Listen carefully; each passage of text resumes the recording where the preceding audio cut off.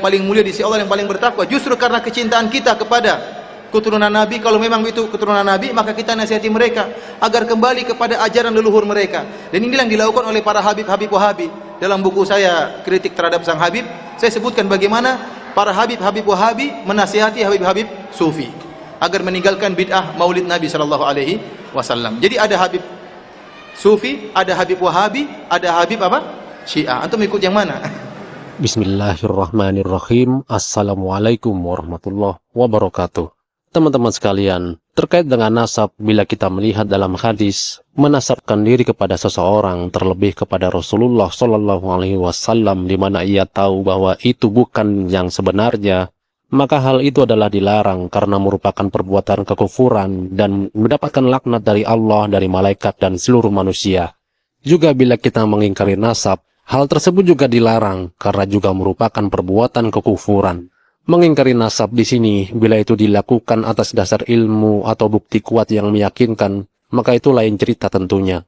Juga bila kita tidak terburu-buru untuk percaya terhadap pengakuan nasab seseorang karena tidak adanya bukti atau orang yang mengaku tersebut tidak bisa membuktikan kebenaran nasabnya, maka hal tersebut juga dirasa belum pas bila dikatakan mengingkari. Jadi lebih kepada bersikap netral, tidak dalam posisi mengingkari, juga tidak dalam posisi mempercayai. Baik Ustaz, apakah setiap orang mengaku sebagai keluarga Nabi SAW itu diterima? Ya enggak juga. Enggak juga. Kenapa? Kalau ada orang ngaku saya keluarga Nabi SAW, oh ya, antum orang mana tuh? Kok ngaku keluarga Nabi SAW? Mana buktinya? Tapi kalau ada buktinya, oh dia punya pohon nasab, ya walaupun pohon nasab bisa dibikin, tapi ini urusan amanah. Karena Nabi SAW mengatakan, man intasaba ila ghairi abihi faqad kafar. Yang menasabkan dirinya au midda ila ghairi abi kepada yang selain bapaknya, maka dia bisa kufur.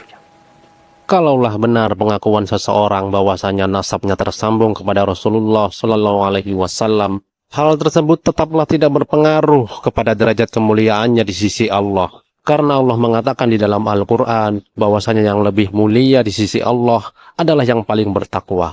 Namun memang benar, keturunan Rasulullah Shallallahu Alaihi Wasallam mempunyai hak lebih atas manusia, yaitu haknya untuk dimuliakan dan dicintai. Namun juga tentunya tidak berlebihan, karena Rasulullah Shallallahu Alaihi Wasallam sendiri melarang umatnya untuk berlebihan dalam memuji atau memuliakannya.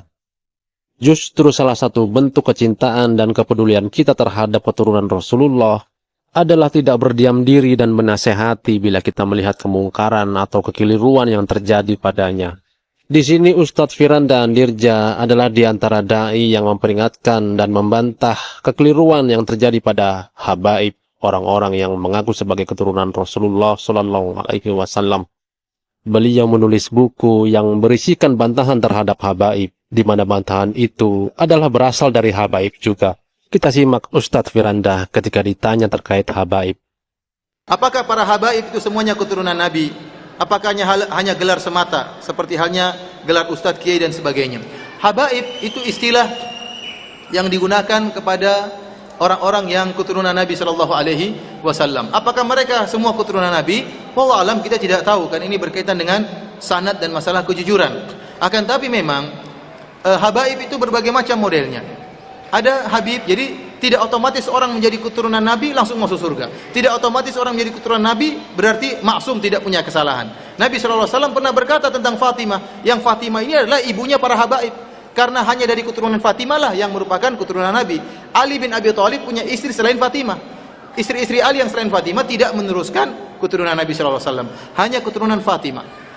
Rasulullah SAW pernah berkata tentang Fatimah,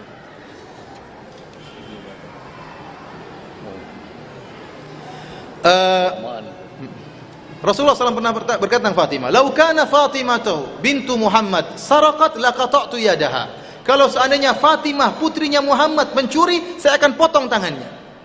Ini kata Nabi.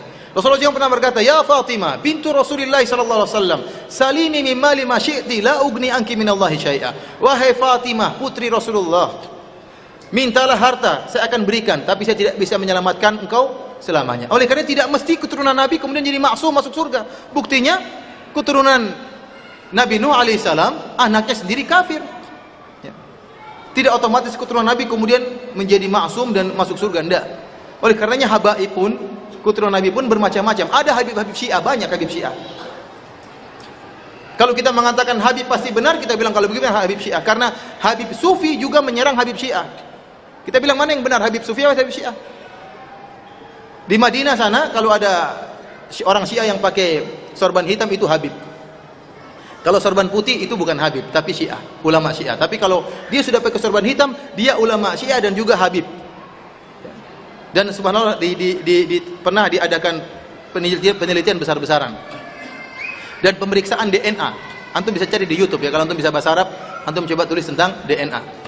Jadi ada seorang keluar di televisi, dia pakar dalam masalah DNA. Dia menukilkan tentang ahli DNA dari yang ada di dunia ini, yang menukil tentang jenis-jenis DNA. Setiap misalnya DNA-nya orang India ada rumusnya, DNA-nya orang Asia ada rumusnya, DNA-nya orang Arab ada rumusnya, DNA-nya orang Persia ada rumusnya. Maka dia berkesimpulan kalau orang keturunan Nabi ya, harus punya DNA Arab. Setelah diambil beberapa sampel dari Habib-Habib Syiah, ternyata DNA-nya rumusnya DNA orang Persia. Nah, ini repot. Tapi kita bilang kita husnudzon. Ya, kalau ada yang mengaku dia sebagai cucu Nabi, kita bilang kita husnudzon. Bahkan kalau ada Habib, ya, ada seorang Habib dan ada selain Habib, sama-sama alim, maka yang Habib yang harus kita dahulukan. Tetapi kata Allah Subhanahu Wa Taala, Inna akramakum indallahi atqakum. Dan bahwasanya yang paling bertakwa di sisi Allah dan yang paling mulia di sisi Allah yang paling bertakwa. Justru karena kecintaan kita kepada keturunan Nabi, kalau memang itu keturunan Nabi, maka kita nasihati mereka agar kembali kepada ajaran leluhur mereka. Dan inilah yang dilakukan oleh para Habib-Habib Wahabi. Dalam buku saya kritik terhadap sang Habib, saya sebutkan bagaimana para Habib-Habib Wahabi menasihati Habib-Habib Sufi agar meninggalkan bid'ah Maulid Nabi sallallahu alaihi wasallam. Jadi ada Habib Sufi, ada Habib Wahabi, ada Habib apa? Syiah. Antum ikut yang mana?